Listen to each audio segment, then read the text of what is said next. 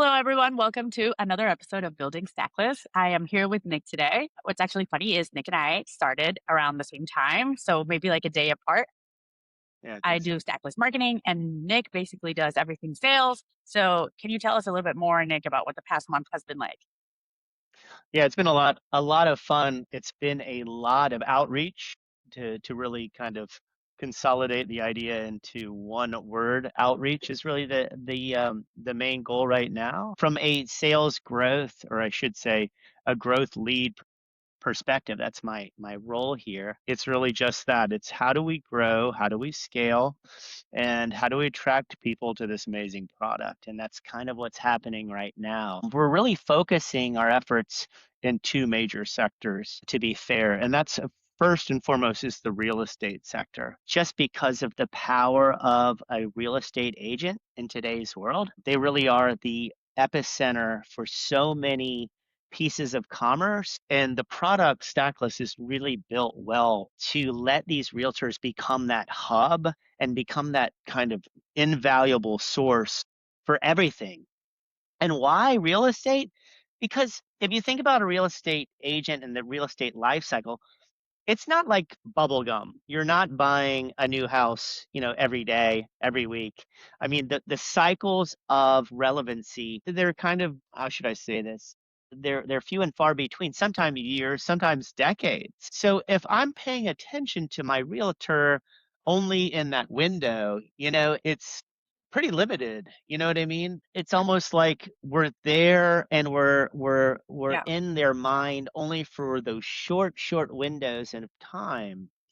And so what Stackless is trying to do and why it's built so beautifully for those real estate agents is they can maintain the relevancy constantly, which is kind of interesting.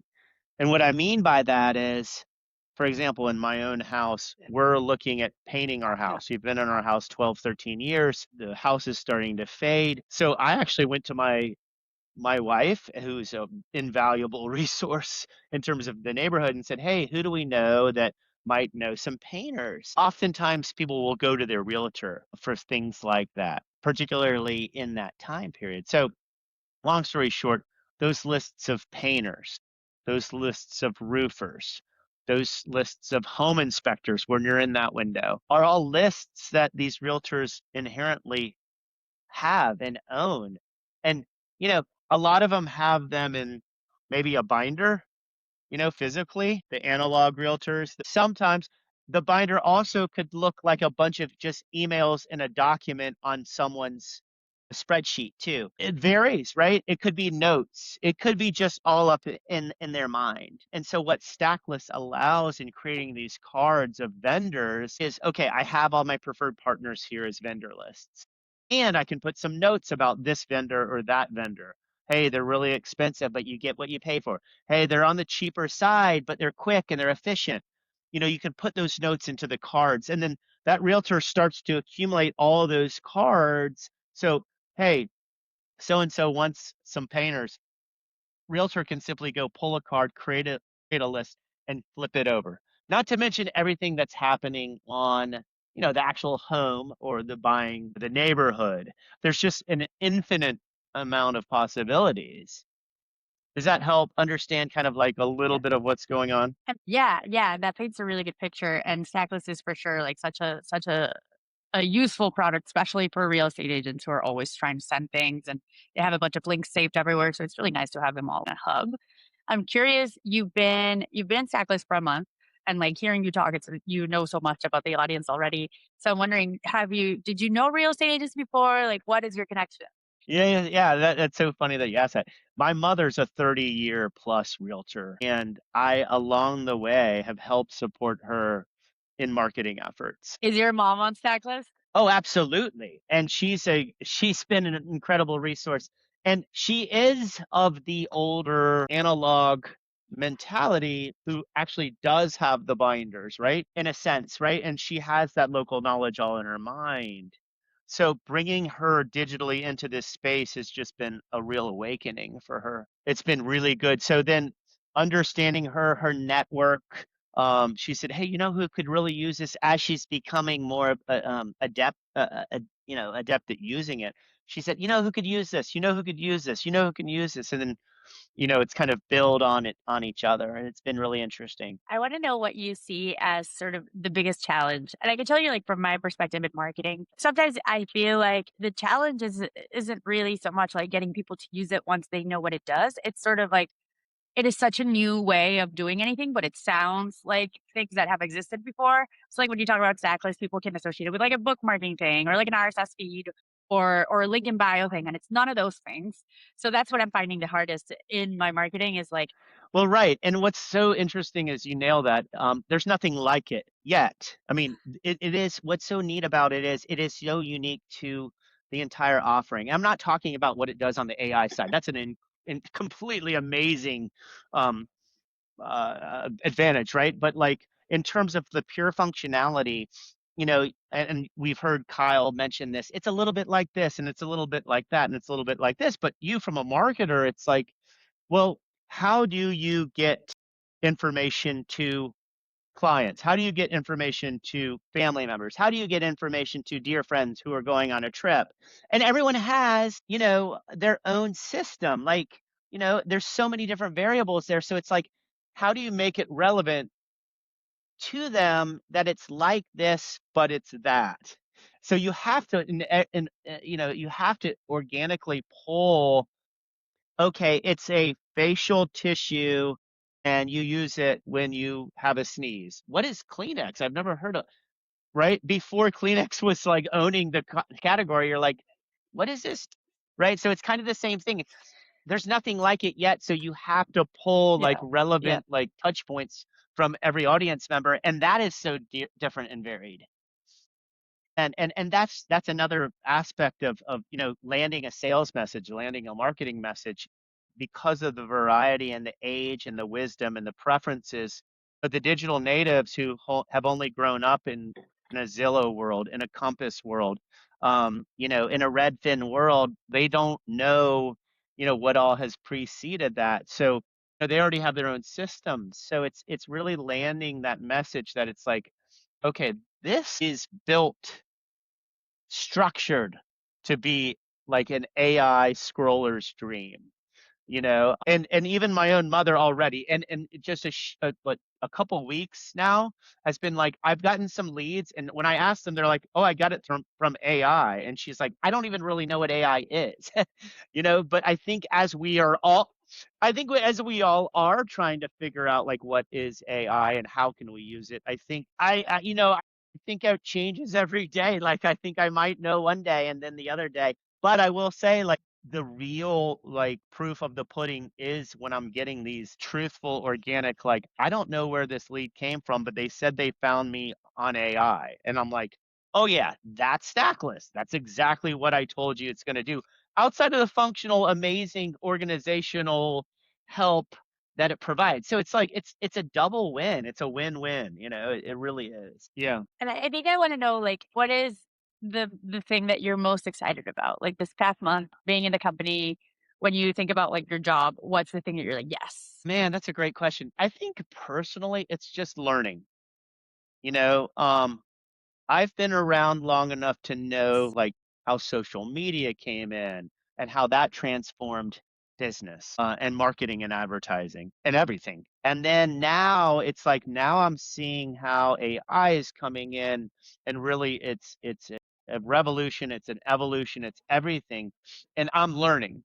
So first and foremost, as a lifelong learner, this is like so fun for me to be like, give me information, let me continue to learn and evolve and change myself. So that's on the personal side. I think professionally, to your point, when I am able to land some sort of message that the light bulb goes off, they're like it's those little kernels, those nuggets of like people realizing what. It's not like I have to, like, it's not like selling them. Like, it's genuinely trying to help people in this. You know what I mean? Like, it's like this works, and I want to use it so I want you to know about it so you can use it and it'll work and it'll help you. Like I want to help you. That's a part of it. But like when they realize that like I'm not just trying to Yeah. like sell them another piece of software that they may or may not need, that's when it's really satisfying for me. And it's happening more and more. Oh, that's awesome. Like people get excited. Oh, that's so cool. I love that. I don't know if you before Stacklist were like working a lot with AI.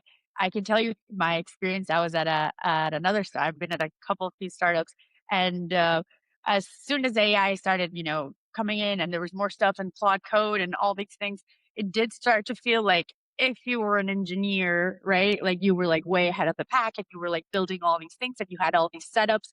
But if you weren't, right? If you're a marketer like me, you were sort of trying to like make this thing work and it was never good enough.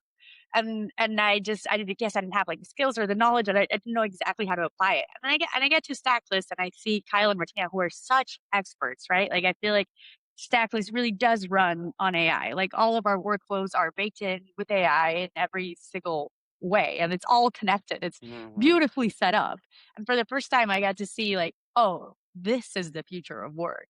And for the past month, I felt like kind of doing an internship of how to do marketing with like true AI workflows. And that's been super eye opening. I think for a lot of people hearing AI, there was this kind of accessibility that it's like, oh, that's only that's something only for devs. That's like I'm not gonna worry about like it's another like kind of like real super techie thing that I don't really need yet, and I know it's doing something, but like it's not gonna replace what I'm doing. And then I think the more constant heartbeat beats and the more significant it becomes, people are like, oh, it is a little bit more accessible. And I think that's again, like that's what Stackless and being involved with it has so far done is it's made the learning curve for people that have heard about it even more accessible and been let them understand really that AI is a tool and it should be used instead of like, running from it or being intimidated by it or like, being outright like, oh, no, it'll never do anything. I mean, I remember real quick, I remember like very specifically this one person in an agency saying that Twitter, what? No one needs to. That's just a waste of time. Who needs real time information? What are they gonna tweet about their food? And now years later, you're like, well, yeah, they're taking, yeah, they are taking pictures of their food. But yeah, and I feel like that's kind of what's happening right now. And I think a product that's as accessible, easy to use from a user interface side, and then just as it kind of walks you along, Stacky, for example, right? Just being right on your side. If you want to dabble in it, you can. If you don't, you don't have to. And then all the integration with all of our systems within our Stacklist kind of universe and seeing how so much AI embedded into every of the programs and the support programs we have is it's been really cool, really cool. Yes, tacky, super magical. I actually recorded myself using it for the first time. So if anybody watches that video, the reactions are completely authentic. And it is super magical, right? Like I don't know if have you ever gotten to show it to somebody like on a demo? Like what's their face like? I imagine like it's so cool to see it in action. Just really, it can literally just find any link, make a stack, pull the pictures. Like it does it all in like minutes. On a demo, like once people like are starting to grasp, okay, manually how it works, right? Okay, so I can go and I can copy a link, a URL, and plug it in, and it populates. I think once they, oh, here's what a collection is, and then here's what a stack is, and then here are the cards, right? And I think once that process clicks and people say, okay, I see how I can do it by like literally moving my cursor and and typing in things, and then I'm saying, now watch this, hey Stacky, right? And then they're like, oh wow, that's when you have those real jaw drops, and they're like, are you serious? Like, yes. So it's great because it's again it's proving what AI is doing here in that it's just another way to work more efficiently than ever. Do you have a hub yourself yet? Have you created yours? I have multiple hubs. I have multiple hubs. I mean, not only am I helping my mother, but I got a personal hub, which is just for like family trips.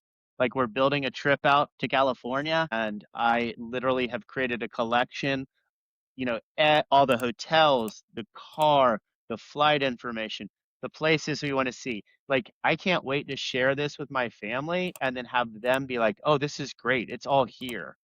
I have a 14-year-old who, like, I'm going to flip it to him and I'm going to be like, dude, this is what you're going to be growing up on. And then I have a business that I do on the side. I do coaching on the side.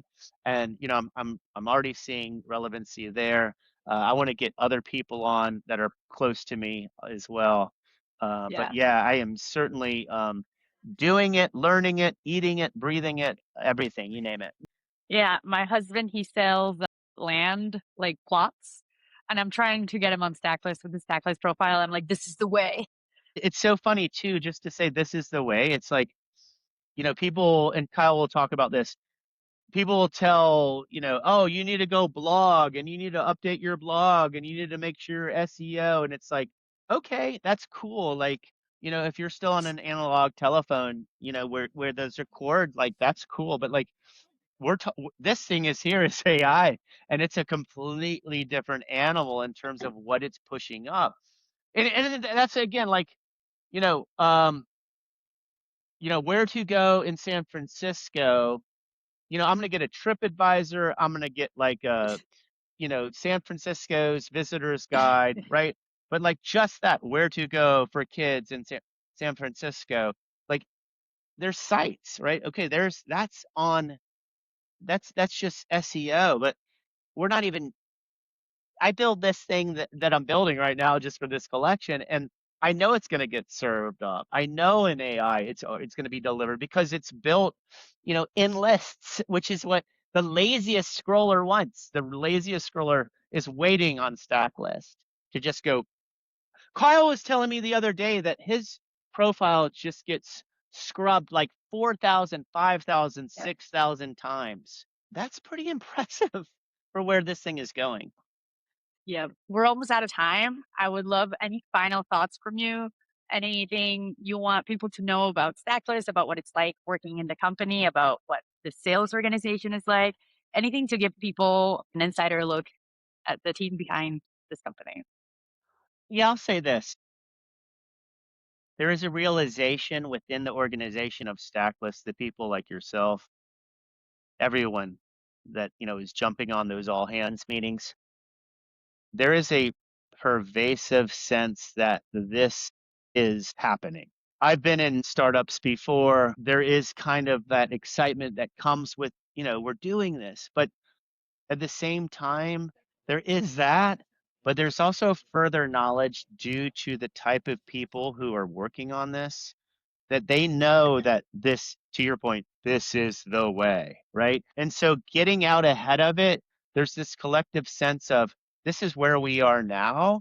You're recording this right now, which means that there is something special that we can go back next year, 3 years, 5 years, and say, wow, we were there when this thing was happening. And everything what we're saying right now is is going to be documented and proven to be what we're talking about. So there's something cool about that kind of confidence. It's not it's not being, it's not being cocky or arrogant or untowards or exclusionary. It's very inclusive. We want to share this and we want to help people with this. And I think that's really kind of what, Martina and Kyle are pushing. And it's so Yep. nice to see. Yeah, it's refreshing. So I'm bugging Kyle right now to ship me over all this swag that he has. I saw him the other day and he had a hat on, and I was like, man, I need that hat. He's like, you know, latest interactive tool, get it to Nick. Like, it's like, Yeah. No, I should probably take over the swag duties from Kyle. That's a good reminder.